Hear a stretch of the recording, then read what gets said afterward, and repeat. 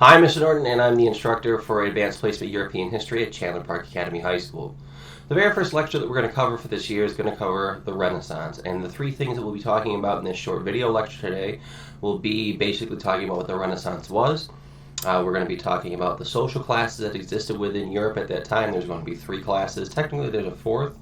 And then the last thing we're going to talk about is the role of women, men, and children, as well as sexual norms within society at that time. So let's go ahead and get started. To get an idea of what's going on in Europe during the Renaissance, we have to keep in mind what society is like. Basically, the things that you should keep in mind is that the Dark Ages are basically beginning to come to an end once the Renaissance hits. Essentially, this is the turning point in which the Dark Ages go away. If you're not familiar with what the Dark Ages are, it's basically the medieval times that existed between the fall of the Roman Empire and the Renaissance. So some of the reasons they call it the Dark Ages too is because a lot of the technology that was created underneath the Roman Empire had started to go backwards because the people who basically knew how to do all those things weren't around anymore. Okay. Some other things to keep in mind too is that the plague, the Black Plague, is running rampant around Europe during this time too. So there's some people will try and make some connections to modern times because they're actually, if you were my student last year, we had talked about how elements of the plague had actually shown up in some of the U.S. cities. So it was kind of like an eerie simulation there. So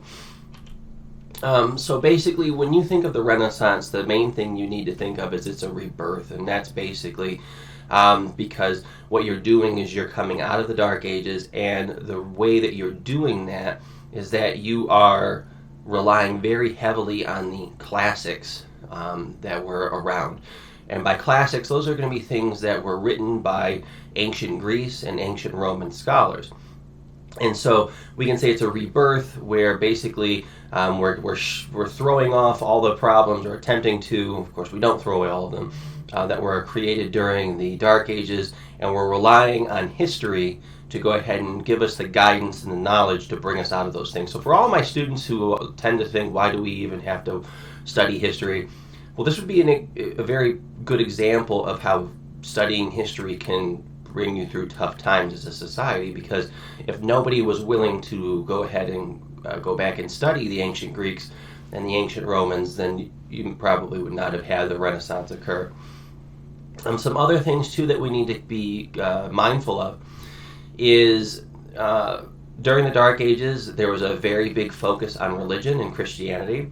In other years I've actually talked about why there was this beginning of a movement away from Christianity, focusing more on things like problems within the Catholic Church with the Great Schism, where you had a case in one point in time where there were 3 different popes at one time.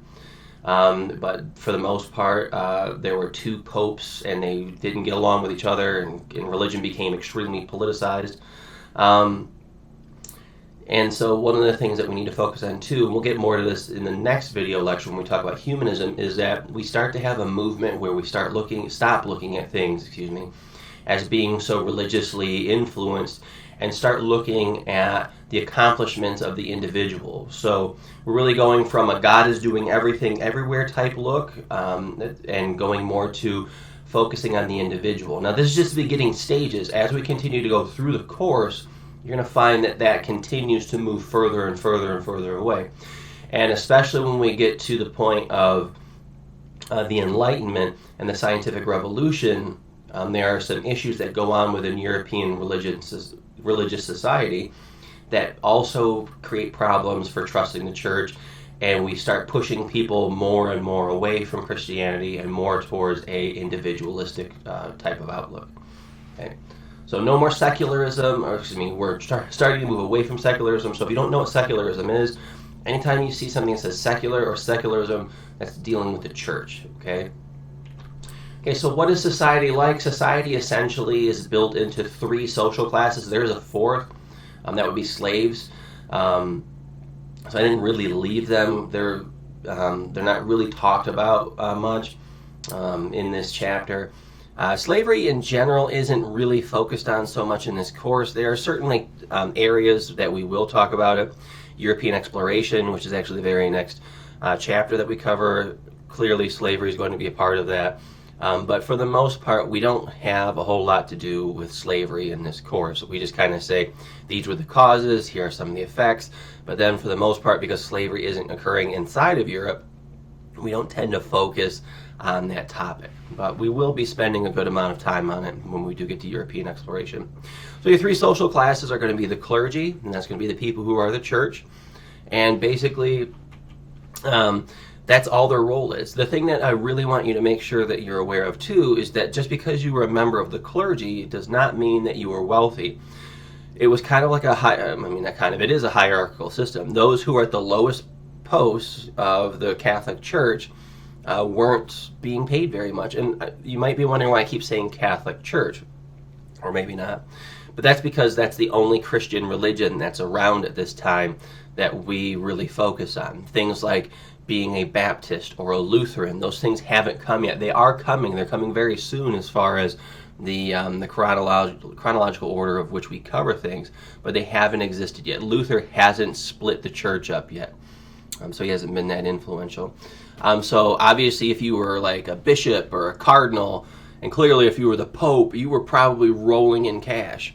And that's also some of the reasons why people started to turn away from the church back during the Dark Ages and the Plague, is because a lot of members of the church, the higher officials, were doing things like watching out for themselves rather than trying to take care of the spiritual needs and other needs too of the people, like was their responsibility. Because you have to keep in mind too, back during these times, it wasn't the government that tried to take care of the poor. The main job of taking care of the poor fell on people like the church.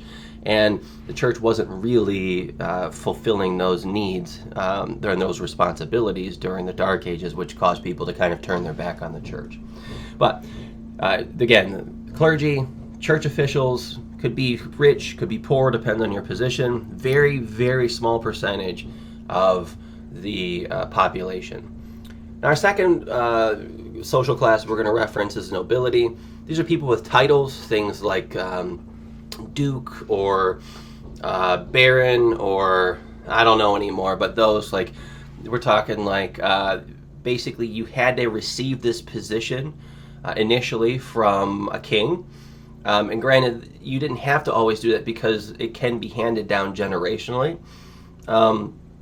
There are also an extremely small percentage of the population, about 3% or so.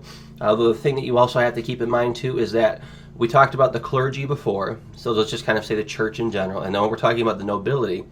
Now those two groups make up somewhere around 5% of the population, but as far as owning land in Europe, they own the vast majority of the land that's in Europe. Okay. Other things about the nobility that you need to know is basically if they had a government position, they would hold the most important ones.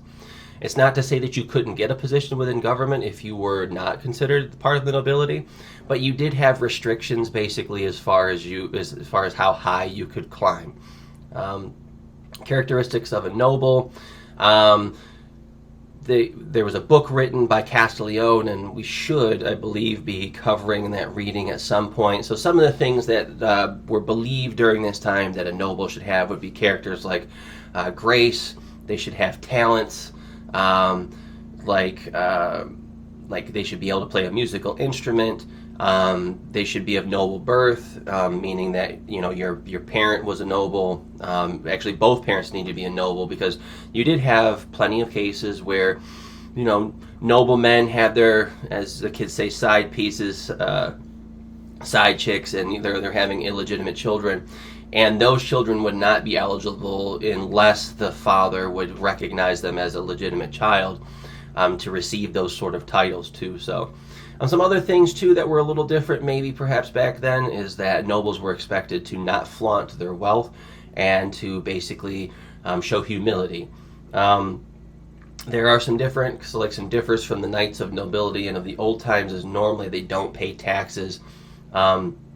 what would happen a lot of times is because nobles own so much land, is that they would charge the third class that we're about to talk about a fee to use their land. Or what would happen is they would basically be the third class would be on their land, and then they give them, instead of money, they would give them like part of whatever it is that they were growing on their land in terms of farms go. Okay.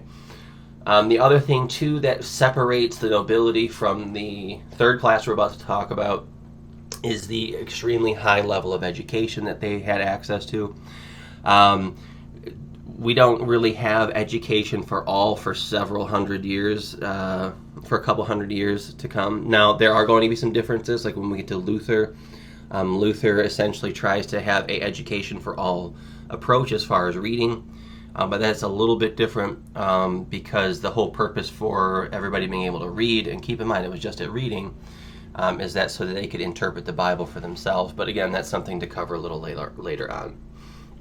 Now we get into the peasants and townspeople. That's going to be about 85 to 90% of the population. And I do want to go circle back real quick, though, to the nobility, because I had forgotten to talk about this. Just because you were noble does not mean that you were wealthy. You could have squandered all your money away and been a poor noble. You still had the benefit of having that title, which gave you a very big advantage compared to the third class, which is the peasants and townspeople.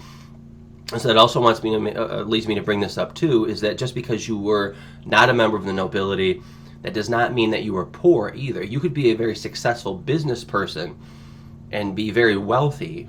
So clearly you're not poor, but at the end of the day, you don't have that advantage of being a noble. So if we're talking about social class, like you could be like super rich and just you just don't get into that nobility category. And that's actually going to cause some conflict a few hundred years later, right around the time that we start talking about the Industrial Revolution, because you have all these wealthy nobles that are basically trying to gain equality with the nobles. And so we have some disagreements and some struggles. I mean, it's not like violence or anything, but there's clearly some movements to try and gain equality, which they do eventually get. So there are three categories of peasants. So that's patricians, and that's kind of what I've been talking about right now. Those are going to be your wealthy members of urban society, and they flourished in industry. So basically, they owned the companies or businesses that made things. Okay, you have your petty burghers, and I always laugh at that one because a burger, it's not burger as in like one you eat. It's spelled differently, Burghers. And basically that's a skilled tradesman. And then you had your very lowest one, which is going to be your propertyless and the unemployed. So think of them kind of as the working class. So they worked for other people. So in the other ones we're talking about the patricians. They own basically, not factories, but basically what would be the equivalent of that back then. Your petty burghers would be your small business owners and your shopkeepers. And then you have basically the rest of society that works for people. So like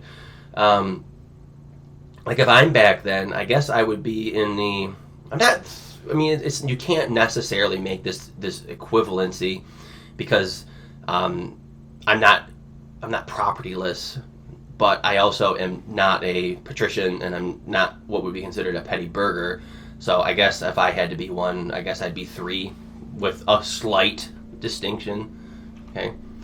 Again, there is a fourth class, which is slaves, but we don't really focus much on that. So one thing to notice is that slaves that were in European homes weren't necessarily always, I know anytime we think of slavery, most people will say, oh, it's African Americans. In this case, not always. And if you look at Europe as a whole, as far as history goes, when you look at nations like Rome, Rome was big on the slave trade. Many, like the vast majority, at least in the readings that I've had, of the slaves that existed within the Roman Empire were actually non-African Americans, because Rome would basically go to war with another country, another nation, or another tribe, or whatever you want to say, and those would be whites and white Europeans, and then they would take their slaves basically off of who they were able to conquer. So don't necessarily think of slaves existing within Europe at this time as being non-whites. when we get into talking about slavery going into the Americas through European exploration, that's more specifically when we can focus on non-whites being slaves for their use. So, finishing it up, we're talking about the family structure. You've got parents, you've got children, servants would be applicable. We're talking about the family structure. That is, other things that could be included in the family would be unmarried sisters. So if you got that ugly sister that can't find a man, that might be considered part of your immediate family structure. Your grandparents would be considered part of your immediate family, and widowed mothers too would be part of that as well. So think of it like if you were a grown man, and I have to say man because ladies, sorry, you don't necessarily get to be part of this in terms of this discussion. If your father died, then it would basically be one of the kids' responsibilities to take her in. So that's why we put widowed mothers in there as well. Okay. Roles of wives, husbands, and children. Man, at this time, you rule the roost. You are the head of the household, and basically all decisions are made through you. You're responsible for all the legal matters and all the finances that are dealing with the family. And actually, guys, you weren't actually considered an adult until your father said so. So if your dad was out there saying, he sees you at 24, and clearly in today's time, 24 is you're being an adult. But back then, if your father didn't actually go through the legal process of claiming you as an adult, you were still subject to all the decisions that he were to make. I know that sounds crazy because we often look at things that occur in the past and can't really imagine it being that way today. But that's just the way it was. Roles continued, so we're talking about women. Your main role is basically to make babies. So lower classes, women did do work outside of the home because you had to have that money. Nobles tended to have larger families. Poor classes often breastfed their own while wealthy people hired them. That would be like your wet nurses. Perhaps you're familiar with what those are. Basically, that's a woman who is still able to make breast milk, and she goes out and feeds other children. She's paid to do that. It's really important to have a male child within the family because that's the person who's supposed to take on, but supposed to inherit everything. It's really advantageous to be the firstborn son because back then that was the child who got all of this stuff when the head of the family died. So children could contribute to household income in the lower classes too. So if you were having kids in the lower class, once they got old enough to be able to go out and find some way to contribute to the family income, those things were done as too. Wrapping it up with sexual norms, there's a really big difference as far as what's considered acceptable between men and women. And in some cases, some could argue that this hasn't exactly changed over time. And some it has because, for instance, like if you see the common discussion today is, and this isn't always the case though, like men who have a lot of sexual partners are seen as basically having a lot of I hate this term, machismo, like you're a manly man, and that's like, other men will go ahead and high five it, and it's not looked down upon as much as, like, say, a woman who might be part of that 304 mafia, and she's had a lot of different sexual partners. We know that in today's society, those things they're just not on the same par. And it's really no different then. Like, it was actually acceptable for a man to go ahead and cheat on his wife, but it was certainly not acceptable for the other way around. So there were certainly, other advantages, so to speak, to being a man during this time. Now, unmarried men, they would normally wait until about 30 or 40 to try and get married, and women were usually getting married, I believe, in their younger 20s. And remember, the idea at this time is that you're not supposed to have premarital sex, but it did exist, and for those men who couldn't necessarily wait until they were 30 or 40 years old to do the deed, you had prostitution that was around. So you even had some communities that would go ahead and create brothels for the neighborhood.